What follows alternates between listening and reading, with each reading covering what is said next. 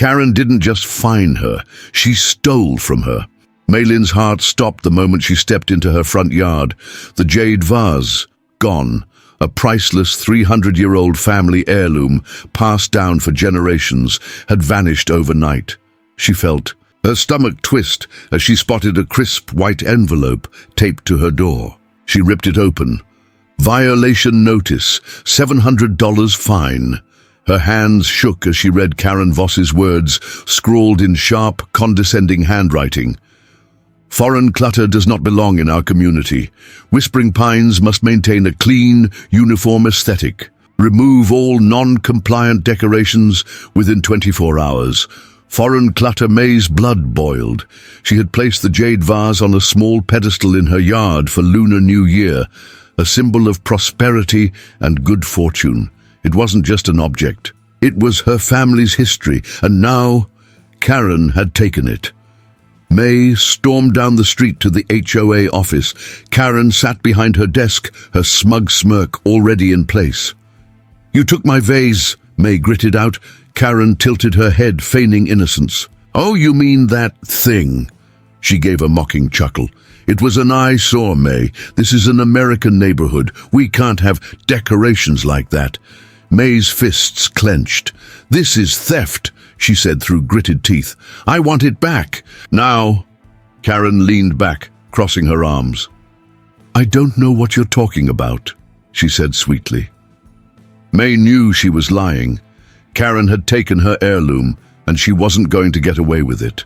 This wasn't just about a fine, this was about hate. May knew Karen had stolen her family heirloom. But why? Something felt off. This wasn't just HOA overreach, it was personal. So May started digging. And what she found, it sent chills down her spine. Karen Voss had a past, a dark one. Back in the 1990s, she had been a member of a radical organization, a white supremacist cult disguised as a neighborhood preservation group. Their mission, protect the purity of the community by erasing cultural symbols of minorities. And the worst part, they had a specific hatred for Asian artifacts. To them, historical relics from China, Japan, Korea weren't just decorations, they were symbols of invasion. May's stomach twisted. Karen hadn't just targeted her. She had been trained to do this, and the jade vase, it wasn't just an object to her, it was a target. May's fingers curled into fists. This wasn't just about getting her heirloom back. This was about exposing Karen. And this time, she was going to fight back. Karen wasn't just racist. She was running a cult in plain sight. May wasn't alone. Her neighbors had seen things, heard whispers. And when she told them what she discovered about Karen's past, their faces darkened.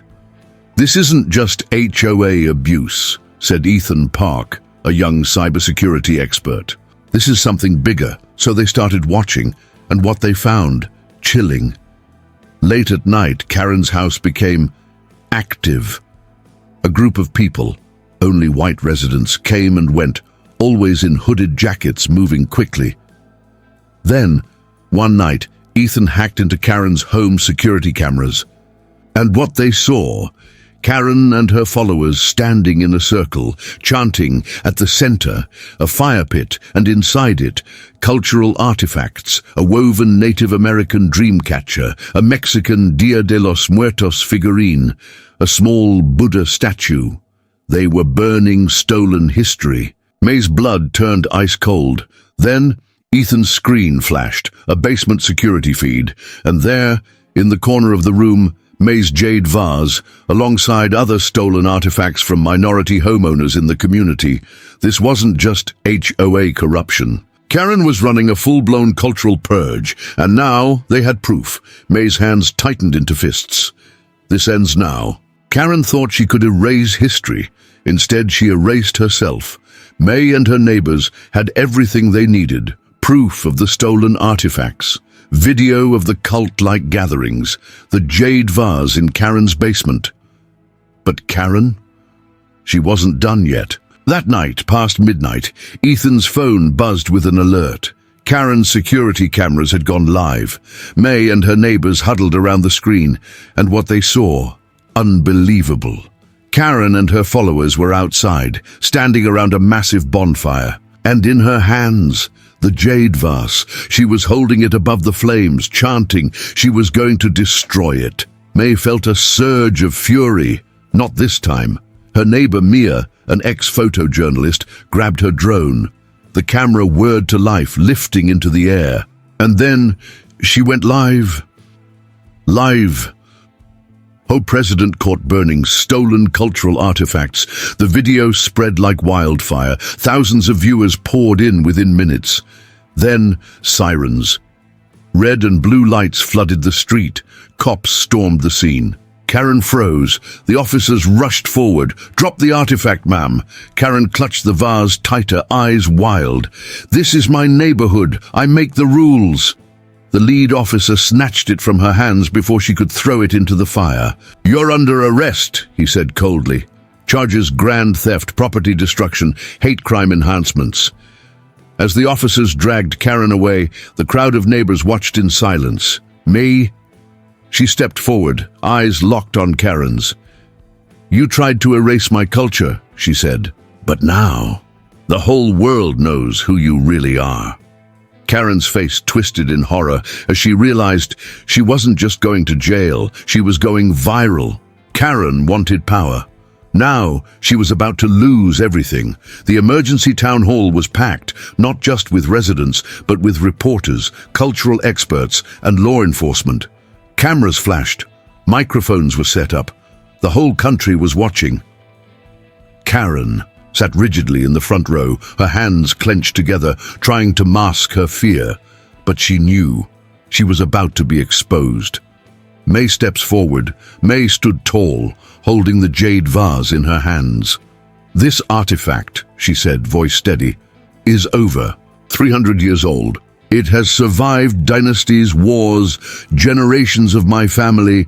She turned toward Karen, eyes burning. And yet this woman thought she had the right to steal it, to destroy it. Gasps rippled through the crowd. Karen stiffened, her face pale. But it was far from over. The hacker's evidence, Ethan, the cybersecurity expert, stepped forward next. "We did some digging into Karen Voss's past, and what we found is disturbing." He clicked a button on his laptop. A massive screen lit up behind him. Photos, documents, a full record of Karen's involvement with a racist cult. Karen was an active member of a white supremacist group in the 1990s, Ethan said. A group that believed in cleansing communities by erasing cultural symbols of minorities. The crowd erupted in outrage. Karen shot up from her seat. "That's a lie," she shrieked. But then the police chief spoke. "Actually," he said, stepping forward, "we already had an open file on Karen Voss." The room fell into stunned silence. The police revealed Karen's criminal past. The officer held up a thick folder of documents. "She was investigated years ago for hate crimes in another city," he said. "Reports of harassment, vandalism, stolen cultural property." Karen's eyes darted around the room. No, this is all fake," she shouted. But the evidence was too strong. And then the final blow. The vote that ended Karen's reign, a woman from the HOA board stood up. "Enough," she said, voice sharp. "It's time we take action." She turned to the community, all in favor of permanently removing Karen Voss from the HOA, effective immediately. Hands shot into the air. To zero, not a single person stood with Karen. She was officially out. And worse, the police chief cleared his throat. "Mrs. Voss will be moving forward with criminal charges." Karen froze. Jail. Not just humiliation, but real consequences. She slumped back into her seat, defeated.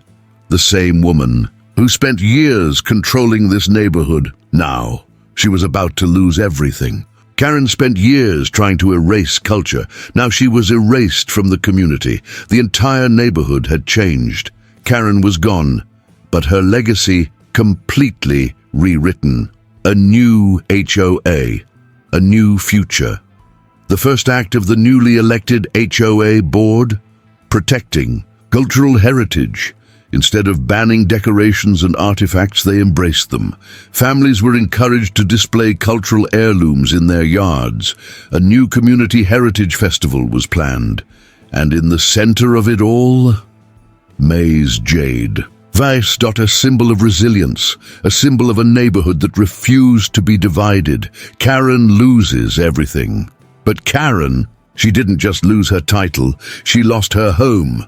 After lawsuits from the residents she had harmed, after restitution payments for the artifacts she had stolen, after the mounting legal fees from her hate crime charges, she had no choice. Her house was seized and auctioned off, and when she finally packed up to leave, the entire neighborhood watched in silence. No goodbyes, no sympathy, only cold stares of disgust. She had spent years trying to erase others. Now, she was the one forgotten. The exhibition that changed everything. Months later, May stood in the local community center, surrounded by artifacts from families all over the neighborhood. Japanese calligraphy, Mexican talavera pottery, African tribal, masks, Middle Eastern tapestries, and in the center, the jade vase. It wasn't just an object anymore, it was a symbol of survival, a sign that no amount of hate could erase history. As May traced her fingers along its surface, she smiled. Karen had tried to steal the past, but in the end, the past had won.